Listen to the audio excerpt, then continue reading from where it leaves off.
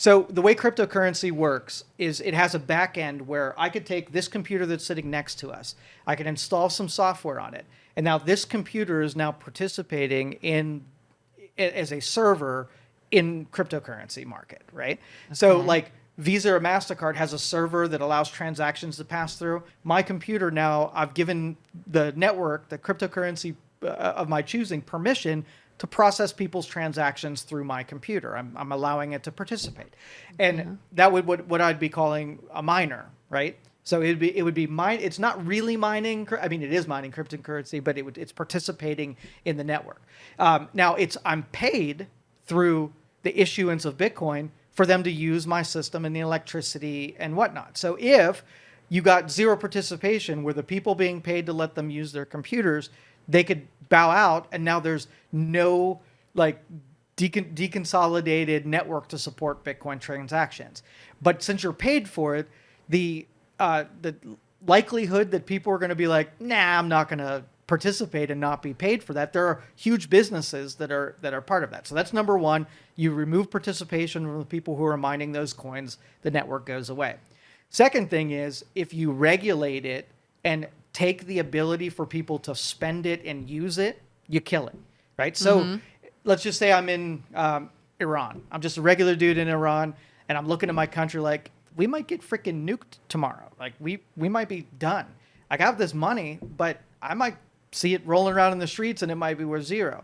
So I take the dollar in Iran and I transfer it into Bitcoin.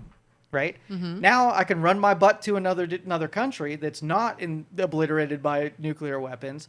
I go to the Bitcoin network that is accessible to pretty much everybody, and I see my Bitcoin values there. I pull it back down, turn it back into another dollar. So that's the proper utility as a transfer. It's like of a value. universal right? value. Because a country can't take my Bitcoin, but a country can take my US dollar or whatever, and that's the difference. Will the value differ? Like, you know, a dollar in one country is not necessarily the value of a dollar in another country. They have rates of exchange that basically are uniform across all countries. The value's sort of set by the marketplace. And that's why I say if regulators change it, they can absolutely squash it in certain countries because they can limit. Like we have two markets here, more than two now, but two major markets that will let you translate your US dollar into Bitcoin and back and forth.